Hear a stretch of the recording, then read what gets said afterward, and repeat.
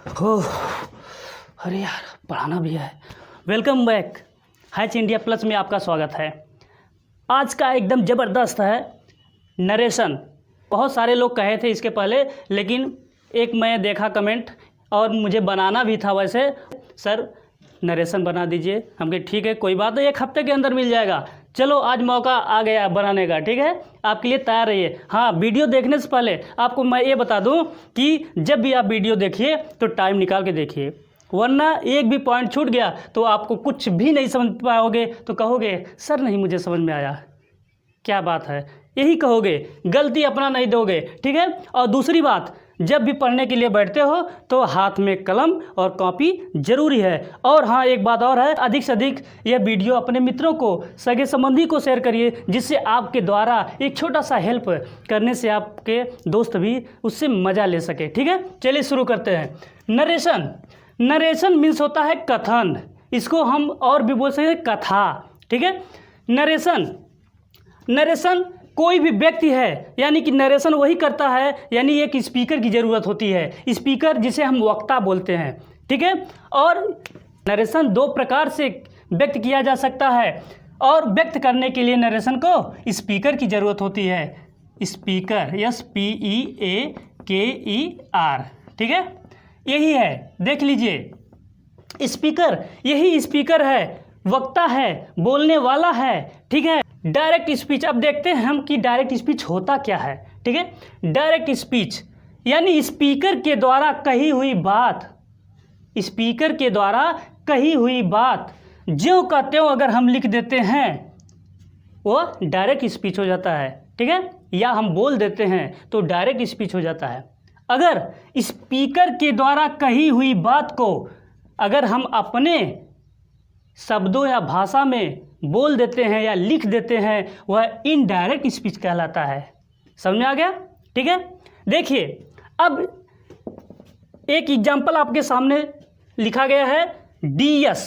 DS means होता है, ये शॉर्टकट हमने बनाया आपके लिए कि DS डायरेक्ट स्पीच, ठीक है। अब पहला है एग्जाम्पल, देख लीजिए। आपको हम समझाने का प्रयास कर रहे हैं किसको क्या बोलते हैं, इंट्रोडक्शन अभी है, चल रहा है, ठीक है। अनिल सेज, वैसे मैं भी अनिल हूँ, ठीक है, इसलिए आपको बता रहा हूँ। Anil says comma inverted comma, ठीक है। Mukesh will go to Delhi, ठीक है। अब देखिए, ये जो है पार्ट कॉमा के बाहर, यानी इन्वर्टेड के कॉमा के अंदर कुछ पार्ट हैं और बाहर भी हैं, यानी ये जो बाहर वाला पार्ट है, ठीक है, इसको हम क्या बोलते हैं, रिपोर्टिंग वर्ब। रिपोर्टिंग, ठीक है, रिपोर्टिंग वर्ब, ठीक है। अब देखिए, और कॉमा के जो अंदर वाला भाग है इसको हम क्या बोलते हैं, रिपोर्टेड स्पीच,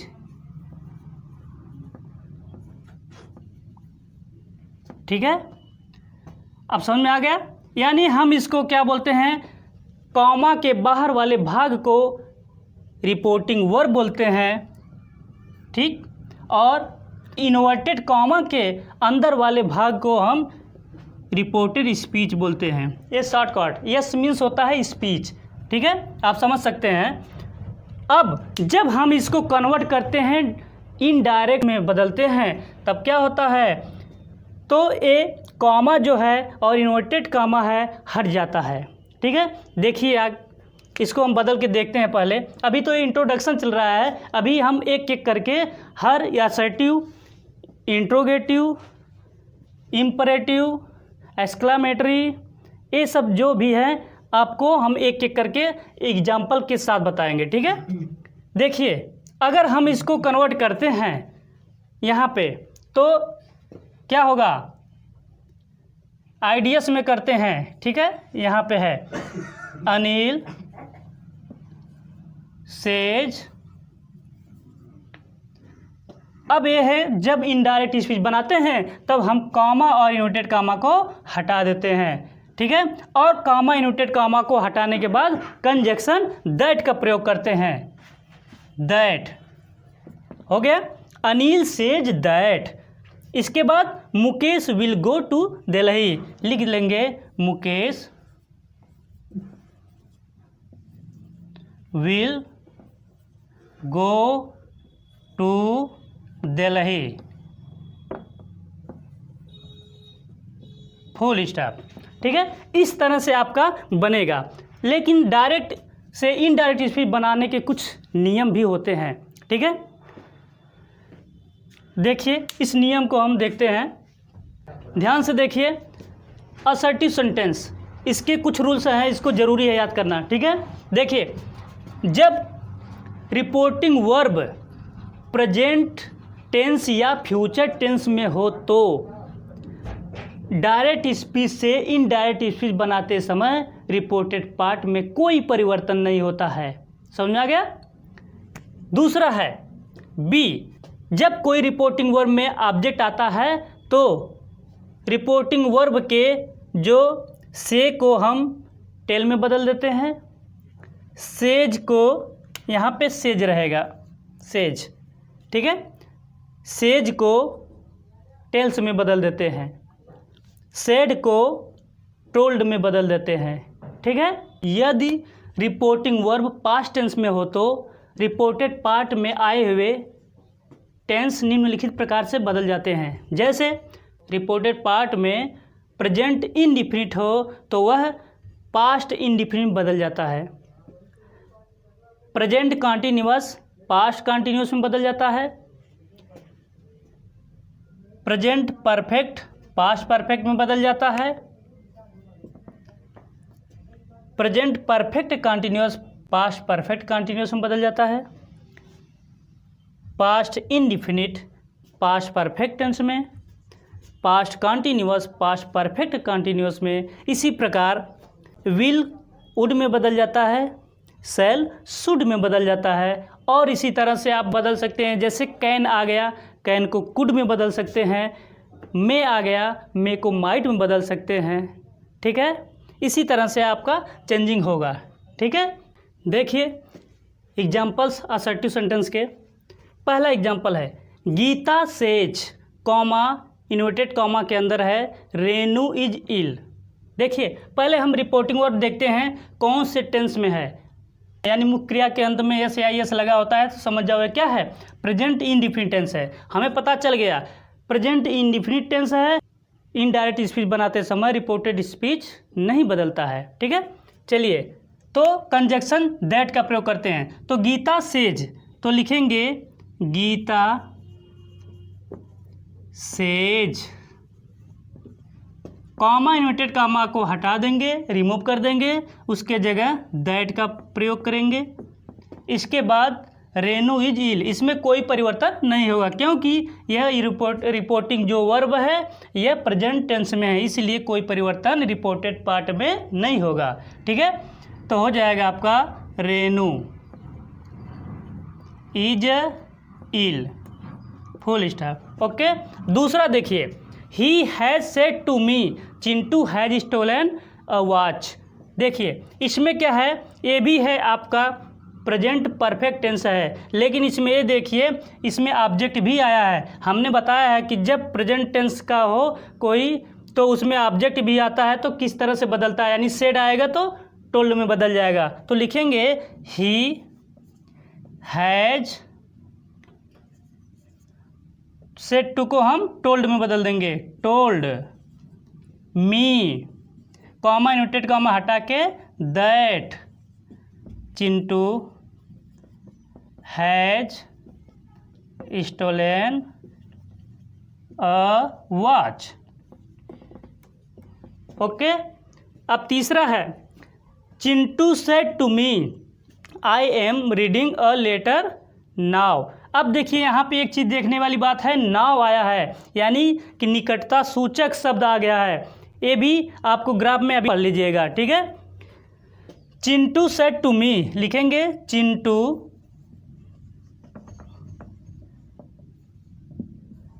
अब सेड टू को हम टोल्ड में बदल देंगे, टोल्ड मी। अब देखिए इसमें कुछ परिवर्तन हो जाएगा कि यहाँ पे जो रिपोर्टेड स्पीच में यहाँ पे सब्जेक्ट है या प्रोनाउन चेंजिंग है, हमने बताया है, ठीक है, उसी के अनुसार हम चेंज करेंगे। अगर आपको एक बार बता दे रहे हैं, यहाँ पे एक फार्मूला है SON, ठीक है, फर्स्ट पर्सन,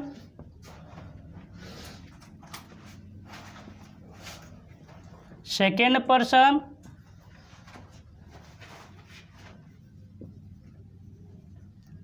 थर्ड पर्सन, ठीक है। ये फार्मूला आपको और ट्रिक है एक, ठीक है। तो अगर रिपोर्टेड स्पीच में फर्स्ट पर्सन का सब्जेक्ट है तो रिपोर्टिंग वर्ब के सब्जेक्ट के अनुसार बदलेंगे, यानी ये सब्जेक्ट है आपका, इसके अनुसार बदलेंगे। अगर सेकेंड पर्सन का कर्ता यहाँ पे अगर यू है, अगर यू मान लीजिए, अगर यहाँ पे आई की जगह है, तो हम ऑब्जेक्ट यानी रिपोर्टिंग वर्ब के ऑब्जेक्ट की इसके अनुसार बदलते हैं। अगर यहाँ पे थर्ड पर्सन का ही, सी इट कोई थर्ड पर्सन का कोई व्यक्ति का नाम हो तो उसमें थर्ड पर्सन में कोई चेंजिंग नहीं होता है, ठीक है, ज्यों का त्यों होता है, ठीक है। चलिए देख लीजिए, Chintu told me, comma inverted comma हट के क्या हो जाएगा, दैट कंजक्शन हो जाएगा। आई फर्स्ट पर्सन का, फर्स्ट पर्सन है, देखिए फर्स्ट पर्सन है तो किसके अनुसार होगा, सब्जेक्ट के अनुसार चेंज होगा। फर्स्ट पर्सन का अगर है तो सब्जेक्ट के अनुसार, यानी यहाँ पे है तो यहाँ पे चिंटू है तो चिंटू को क्या हम चिंटू भी लिख सकते हैं या ही लिख सकते हैं, यानी थर्ड, यहाँ पे हो जाएगा थर्ड पर्सन का ये व्यक्ति है, इसलिए आई इसमें किस में बदल जाएगा, थर्ड पर्सन में, तो ही हो जाएगा, ठीक है। अब देखिए ये टेंस कौन सा है, I am reading a letter now, ठीक है।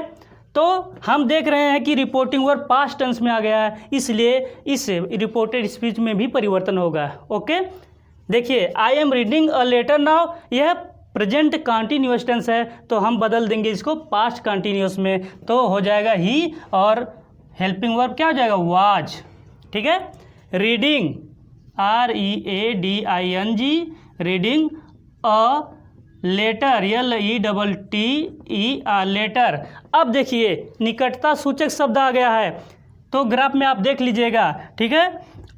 यहाँ पे नाव का देन होता है THEN, फुल स्टॉप। इस प्रकार से आप कर सकते हैं, एकदम धीरे धीरे अगर आप मन से पढ़ते हैं तो हर कार्य को कर सकते हैं, ठीक है।